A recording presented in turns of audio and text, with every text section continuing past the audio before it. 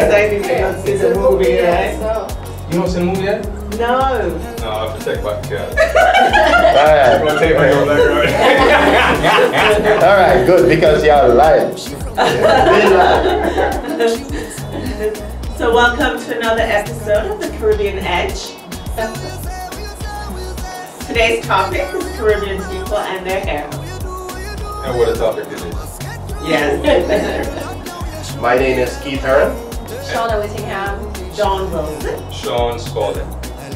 Welcome. Okay, well, this is a vast topic, a topic that we that's pretty prevalent in our culture, as well as, wow, I don't even want to go into the domestic culture also. But let's see, can anybody come up with just names of different styles that are out there, or different things, or different ways of doing hair? Different types of hair, you mean? Well, different types of Names over here. How much time we got? Nappy. Nappy. Kinky. Tough head. Boy, locks, Straight. braids. Good hair. Tall. Ooh, good hair. Good hair. That's it. Y'all are waiting on that, right? The good hair. You see who was saying something? You see who was saying? Anyway, people with hair. I knew one is kinky curly. Yeah. So we're also gonna hit on the guy's perspective. I'm gonna let the lady roll this right now, as one of the first thing that we're going to do is go off some of the styles that we know about and some of the roots, or where they derive from, the development of these. One that of course is quite prevalent right now, that started with all the locks and so forth, was the Rastafarians, and why they wear their hair that way. But there's other areas that we could go into also. Any other derivatives that you guys could think about, like braids and so forth, where the origins are? Well, you know, it's common misconception that Rasta, as we know, Rasta in Jamaica is the first people that had locks. But people had locks before Rasta. So, you know, that's one aspect. Because we are the Caribbean Edge, I think it warrants mentioning, you know, the whole connotation behind, as you mentioned, good hair. And, you know, Why are you looking at me? I'm so sorry. But how, you know, generations back, and some now would look on different hair texture and how they view it. Whether, you know, I hear body, hair toughy, or, you know, you have some grandmothers that were like, don't bother come home with no picky hair girl, you know, and, you know, we say it like it's a joke, but it's not, you know, because easily lasting impressions. I don't know if you ladies have, you know, if you've heard that, or what were your experiences, you know, familial experiences or what have you? Absolutely heard it. I remember growing up in Jamaica, where some of my cousins, you know, had different texture hair, and you know, the sayings would be, your head toughy, or go get me the big comb to comb your hair. So yes, we've definitely heard it throughout the years, and how you handle it and how you educate your daughters makes a difference as well. Because for me personally, I have a daughter, I'm mixed obviously, and my daughter is mixed, but her hair texture is different than mine. She has fabulous hair that's poofy, that's curly, and I think it looks like a runway hair to her, but she had to grow up asking me, Mom, I wish my hair was like your hair, because it was so much harder to comb. She went through the phase of putting the braids in her hair, and unfortunately I'm boring with my hair. I'm just a boring person with my hair. As far as I put it up in 1 and 2 and pigtails, and that's how I grew up. But my daughter is more fashion conscious and more fabulous with her hair, and she is. She's absolutely fabulous with it. That she, you know, she researched it, and she's put mayonnaise and egg mixtures and natural products in her hair. Delish. She just turned 18, but she was doing it for the last couple of years, appreciating herself and her hair, embracing who she is. And that's a huge difference. Yeah, sure. So here's my take on good hair, and I have 2 daughters, like y'all know, 9 and 11, and it's important to me that they understand. In my opinion, good hair is any texture hair. I know that. Healthy hair. Exactly. So, and there are different textures. We can recognize that even in my own hair, there's different texture throughout my hair. You know, which that's a whole nother topic. But in my opinion, good hair is any kind of hair as long as it is healthy and you take care of it. Because you can have straight hair and it not be healthy. You bleach it out and it dropping off and it breaking off, the relaxed hair. As long as the hair is healthy, I consider that good hair. Yeah, I would agree with that. Maybe we shouldn't even say anything. Because you just gonna say all that and not take off the hat?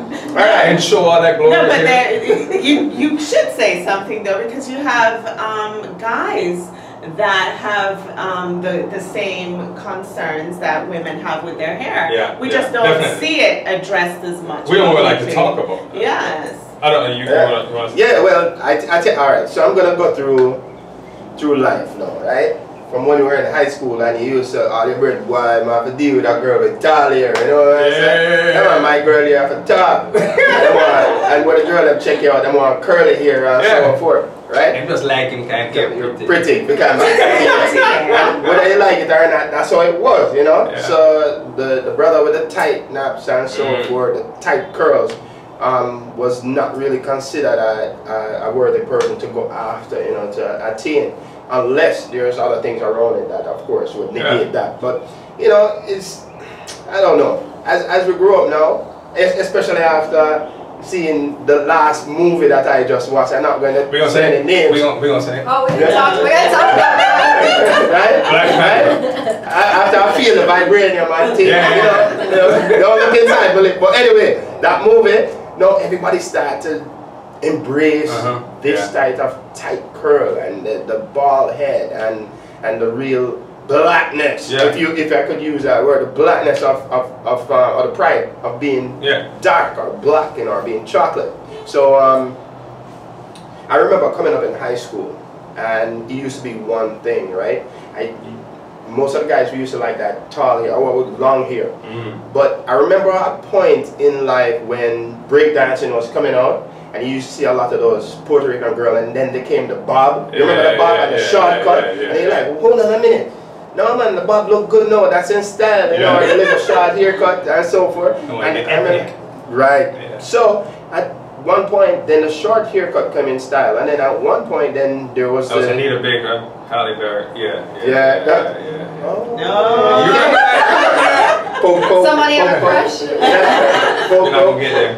But we're going to go into just a little bit deeper in this, just the current way how we like the women wearing the hair and so forth from the male point of view. But go ahead, you had a point. No, I was saying, while you're on the evolution of the hair, you know, I was talking to a hairstylist just yesterday, and she pointed out she's a natural salon. And she said what she enlightened me on is that natural hair was a big thing around like 1997 when Angie Stone and Lauryn Hill, remember when they came on the scene? And then, no diss to Beyonce, I love me some Beyonce, but when Beyonce came out in 2002 with that lace front wig, all the girls wanted the, remember she used to stand in front of the fan and the hair blow, so everybody kind of went back to that weave mentality, but it's being embraced ever so.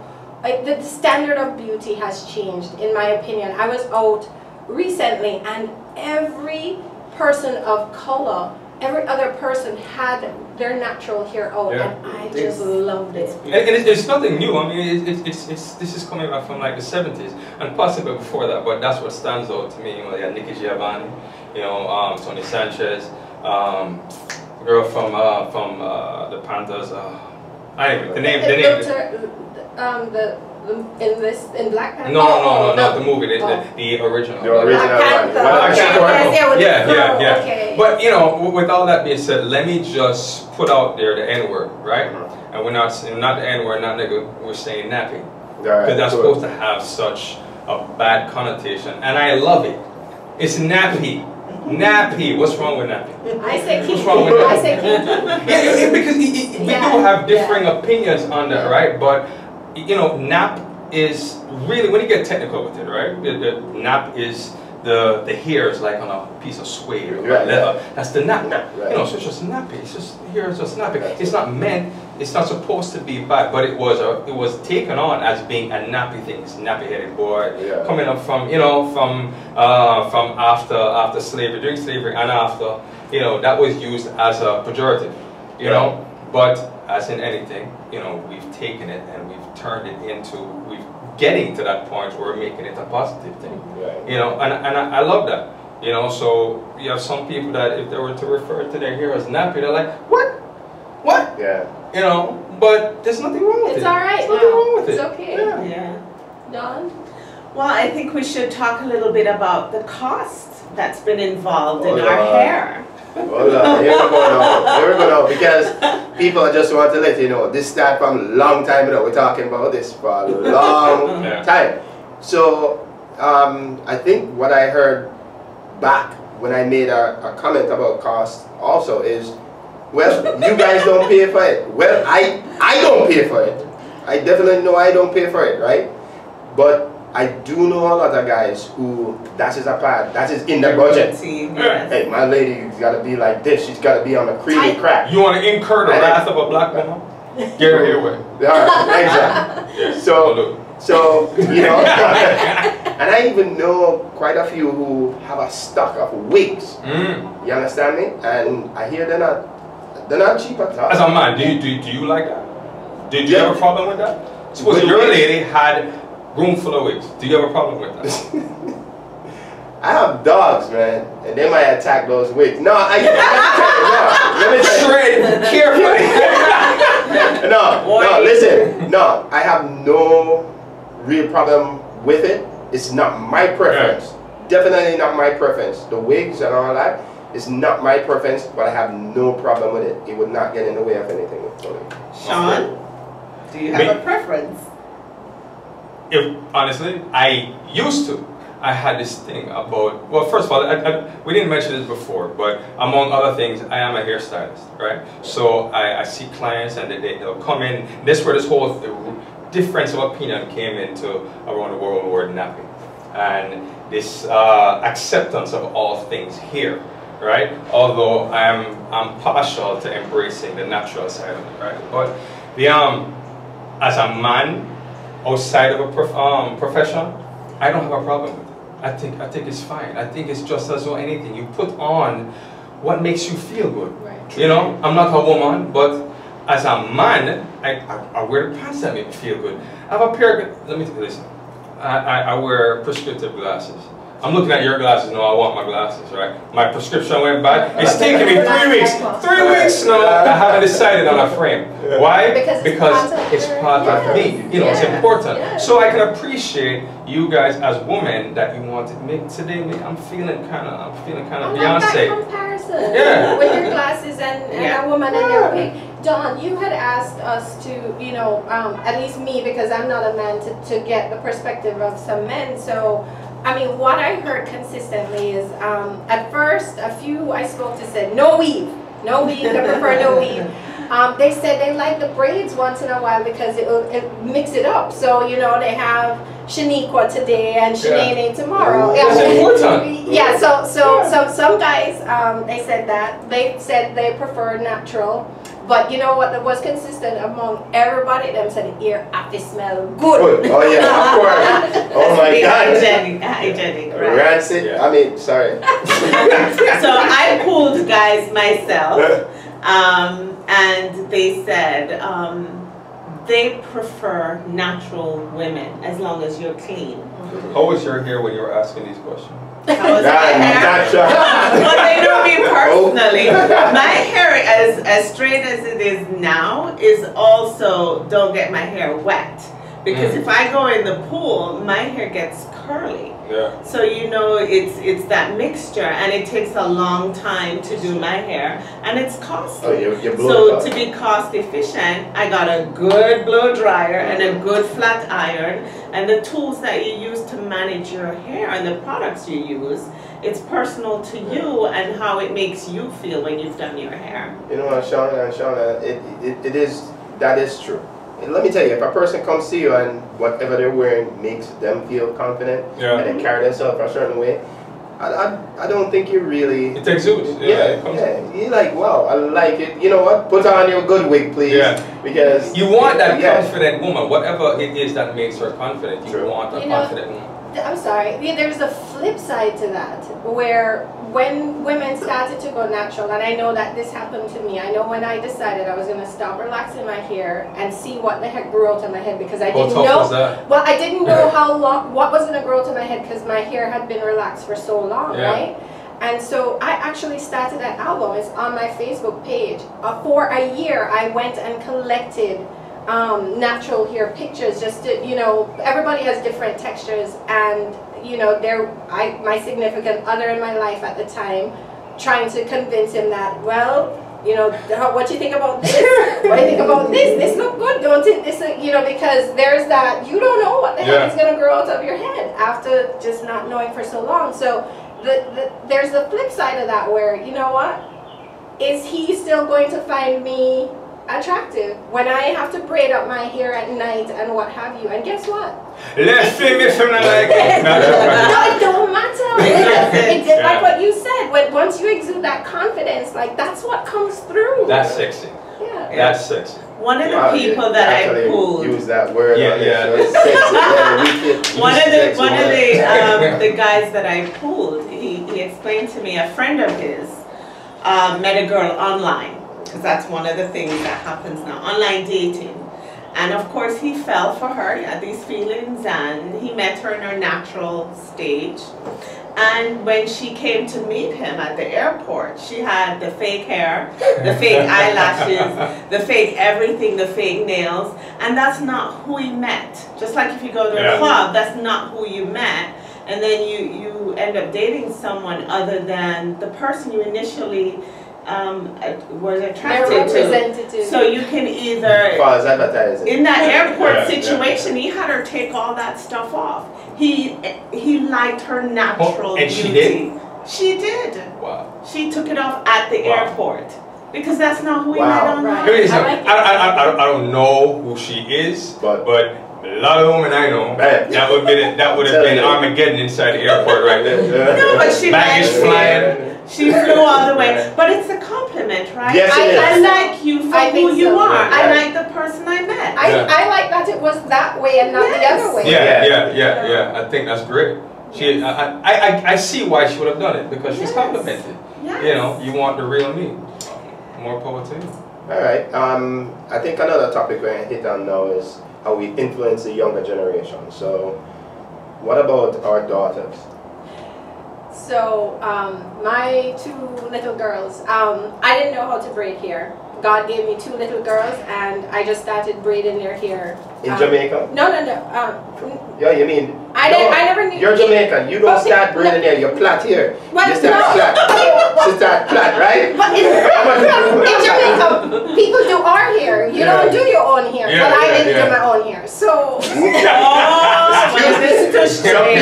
Yes, Mr. Okay. So here's people to plait hair? Yes. You used to wear bandu and then a ribbon. Yes. And bubbles. Yes. That you twist around and then lock. And make that bubble make like orange. Jesus Christ. Anyway, so I learned to braid my daughter's hair, and to this day it's a ritual. Every 2 weeks there's a process. We take it out, we condition it, we treat it, and we braid it right back up. But my daughter, my 3-year-old, she came home one day, and her stepmother, her father's girlfriend, is Caucasian. Yeah. And my little 3-year-old came with a towel on her head and was doing this, and I was like, the whole towel. I was like, time to school. So ever since I saw that, I was glad I saw it early, I recognized it early. So I had the opportunity to teach my two daughters how beautiful their hair is, even though it's different from almost everybody else in the school that they attend. And they embrace their hair in a way that makes me so proud, because they like it any which way it is. And anybody said anything to them, they're like, so they just exude that It's confidence. So important. It's so important. Yeah, I have a daughter as well. I can't tell you what we go through, what myself and my wife have gone through in having her embrace her hair. because same thing, did the whole toad ritual with the toad, you know, walking around, especially that was around when Frozen came out. And she's like, oh, what's the character in Frozen? Who was the girl in Frozen? Oh yeah, she was flashing her hair all about, and I was like, baby, you know, your hair does not look like that. It looks better. You know, no shade on if your hair is straight, but this is my daughter, and I want her to be proud of her hair, right? Make your daughter be proud of her hair, but my daughter to be proud of her hair and be comfortable in her skin, right? So it's an education, it's an ongoing education, you know. So it's very important to their whole confidence and their whole psyche. I don't know if you have anything to add to that, but it definitely is. I mentioned my daughter and how she researched the product. She wanted to remain natural. She did the perm thing and the straightening her hair, drop out, all that good stuff. Yeah. So thankfully she was able to find her own identity and enjoy and appreciate her hair and who she is. And that's the stages that you go through. And we didn't go through the stage of girl your head tough or things that we heard growing up, but it was more of that appreciation. And what I find really interesting is all these fathers of different nationalities that are dealing and helping as we see society change and there are more mixed couple, interracial marriages and relationships. Their kids are mixed, and the fathers are now having to deal with the hair, the mixed hair. Let me tell you something. You hit on something a while ago, because I know a few people, very good friends of mine still, and some of them had to adopt. And it's Caucasian friends that I have, and they adopt black kids. And you should, let me tell you, if you ever talk about the dilemma, not knowing what to do, what do I do with this? So how do I? So I'm telling you, it's real. It's the lessons need to be out there, and if anyone is out there who could just teach. I have several clients like that, where it is mostly the mothers that will come, and they'll come in and say, I don't know. And most of the time, it's a white mother who has a mixed race child, and the daughters, and they'll come in and say, I don't know what to do with her hair. And, you know, but I love that, because you're actually interested. You want to learn. You want to do something with that hair. You know, and you want your daughter to be proud of the hair that she has. And you know, it brings up a really interesting part of how we got to this whole connotation of kinky hair or nappy hair being bad. It was actually against the law in this country, United States, to have for a black woman or a mixed race woman to be out on the street with her hair exposed. I don't know if you guys know about the Tion laws, and it was laws that were enacted in Louisiana, and these laws came about because black women were going out, and this is time during slavery, so they would go out and they would have their hair in all this glorious splendor out and attracting the eyes of all men, black, white, and you can imagine the white wives that were at home, how they responded to that, right? So they petitioned to have these laws enacted, so they had to wear scarves now. That's why you look on the boxes of Aunt Jemima or all these black women who were paintings from back around then, and you'll see that they had head wraps. You know, head wraps like what Erykah Badu used to wear, things like that. And it was all because they had to, because it looked too good. And what do black women do? As they do so great, so wonderfully, is they made it sauce up. They made it look glorious and beautiful. Have, you know, different stones on it or different colors, and it looked great. But this goes to show you how we have now twisted that. What was an object of desire, what was an object to be admired, and because of the machinations of history and culture, I've now turned that into something that should be, no, I need to change this, I can't go out there like this. Okay, here's some food for thought for you guys. Have you ever thought about, you know, they're all ethnicities. However, it's our ethnicity that has, it's only our ethnicity that has that kink. Yeah. You know, you have Caucasian. We have Caucasian, we have Asian, we have Hispanic, and Hispanics have the curly hair, but have you ever thought about Israelis have. They have the king. Yeah, they have the king. Yeah. Okay. But hold on. This is one thing that I understand though. So we can straighten our hair, but they can't kink their hair. Right. No, they can't. You're asking from a chemical point of view. Yeah, I get it real tight. Right. Oh, you can. Yeah, I get it. Yeah. Oh yeah. It was more of a stylish thing to do in the 70s and early 80s, where you get the curly pearl. The curly pearl. So hair was straight. You remember that? Yeah, but that's chemical. Yeah. Right. So no. Actually, what I'm saying is the question was, can it be reversed one or the other? Because I always you mean a trend? No. So okay, so we can take our natural hair and apply heat and straighten it, and it's straight. Right. Somebody with naturally straight hair cannot curl up their hair naturally without chemicals. Well, not curl it in the sense that I'm gonna make it look curly today and then tomorrow it's gonna be fine. In the sense where you, as someone with straight hair, can develop locks, completely possible, and it's done all the time. Right. But in terms of today I came home from work and I have straight hair, and I want to go tonight with curly hair. Yeah, then you're gonna need heat. Right. You're gonna need heat, or you're gonna need chemicals. Okay. Yeah. Wow. So. Well, where do we think we are today, though? Have we grown as a society? This is where we do the handshake. Can we get? We're gonna do it. Definitely. This is where we are. This is where we are. Get this stupid thing off my head. That's right. Because we've seen where even young girls have been bullied in schools because of their hair.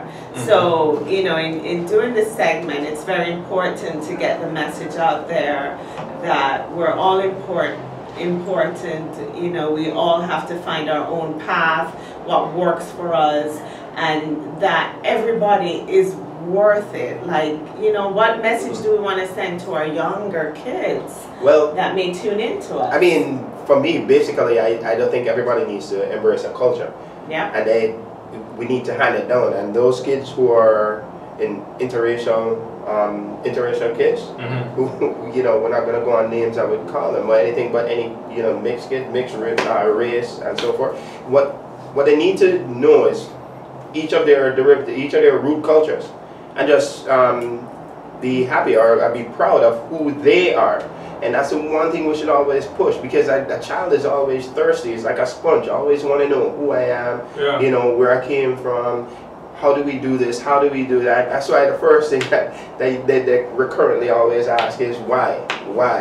Yeah. Every kid loves asking that. And the one thing that we need to do is let them know you are this individual and you're extremely valuable. That person here is another individual, and that person is extremely valuable. You guys may be different, but you guys hold the same value, and introduce the pride of who you are. And I think, and if a person wants to try on a wig, try on a wig, but know who you are before you put on that wig. If you want to try a hairstyle, try the hairstyle, but know who you are before you try the hairstyle. I don't think there's anything wrong with wearing your hair anyway at all. Yeah. Anybody should do anything they want with either their clothes, their hair, or their eyeglasses.